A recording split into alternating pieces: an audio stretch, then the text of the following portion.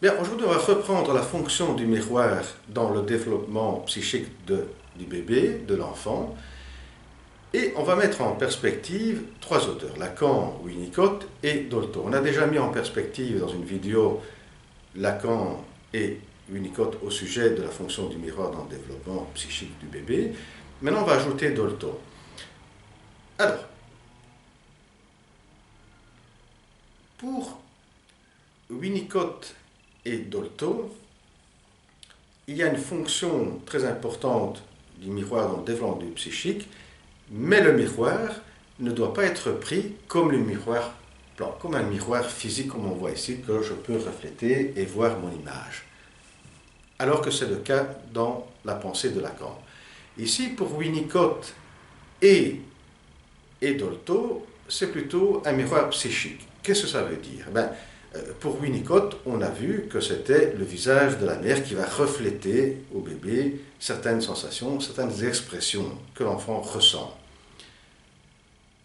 Cependant, Winnicott a tenu aussi compte des enfants qui ne voient pas, et là, ce qui permet de refléter ce que l'enfant ressent, ce n'est plus le visage, c'est le plus visible, mais c'est d'autres aspects invisibles qui sont le toucher, qui sont l'olfactif, qui est la voix.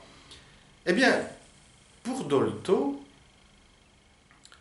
c'est d'emblée tous ces aspects, même pour les enfants, même pour les bébés qui voient. Donc même pour un bébé qui voit, le miroir n'est pas un miroir plan, mais un miroir psychique. Eh bien, ce que va refléter ce miroir, ce que la mère va refléter, ce n'est pas seulement le visage, l'expression du visage, mais aussi ce qui va avoir la fonction du miroir, c'est l'aspect olfactif, l'aspect auditif, les sensations, le sensible et l'intentionnalité.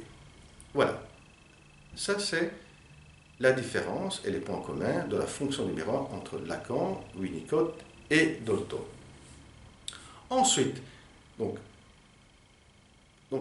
dans un premier temps, pour Winnicott et Dolto, la fonction, donc le miroir en tant qui est une fonction importante dans le développement psychique, n'est pas le miroir plan, n'est pas le miroir physique, mais le miroir psychique.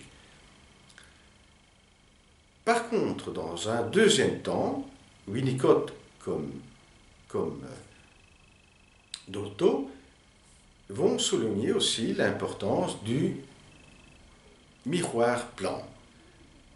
Mais là, il y a une différence. C'est-à-dire que Winnicott va dire tout simplement que le bébé qui est devenu enfant va voir que les frères, le père, la mère se regardent dans le miroir, et lui aussi va se regarder dans ce miroir, et ce miroir va jouer une certaine importance.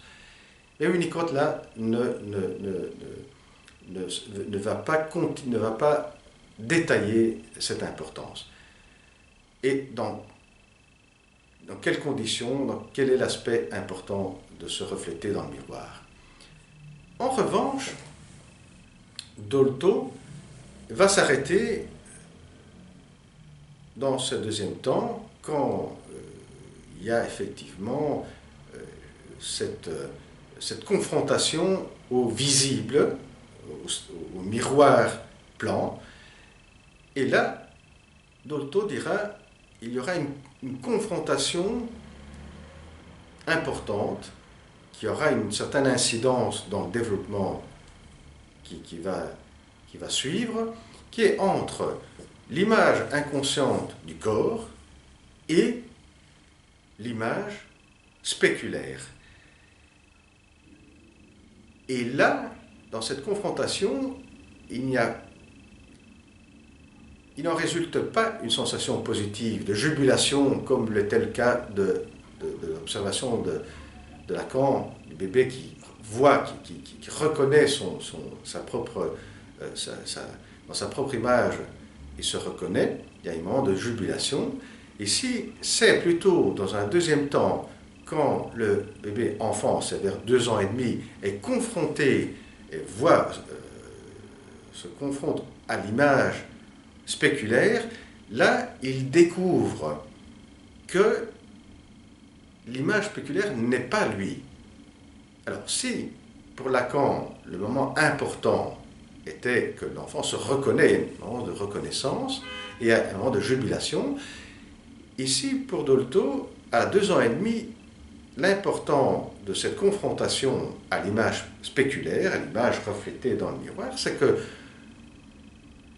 l'enfant comprend que ce qu'il voit dans l'image spéculaire, c'est pas lui. Et il va, par contre, être confronté au fait que les adultes donnent une importance à cette image spéculaire qui ne correspond pas à lui. C'est-à-dire que l'adulte va donner importance, va donner il donne des mots, il donne importance à l'image, à l'extérieur, c'est-à-dire à l'aspect extérieur, et pas à ce que l'enfant ressent. Alors ce que l'enfant ressent, c'est exactement les parties que lui, il a intériorisées comme l'image inconsciente de son propre corps. L'adulte donne pas tellement d'importance à cela, mais plus d'importance à l'image reflétée, à l'image spéculaire. Et donc il va être confronté à cette dichotomie entre ce qu'il ressent vraiment, cette image inconsciente du corps qui va devenir qui va être refoulée, et cette image spéculaire, cette image qui met en avant surtout l'apparence, en dépit de ce qu'on ressent de l'intériorité. Voilà, à la prochaine vidéo. Au revoir.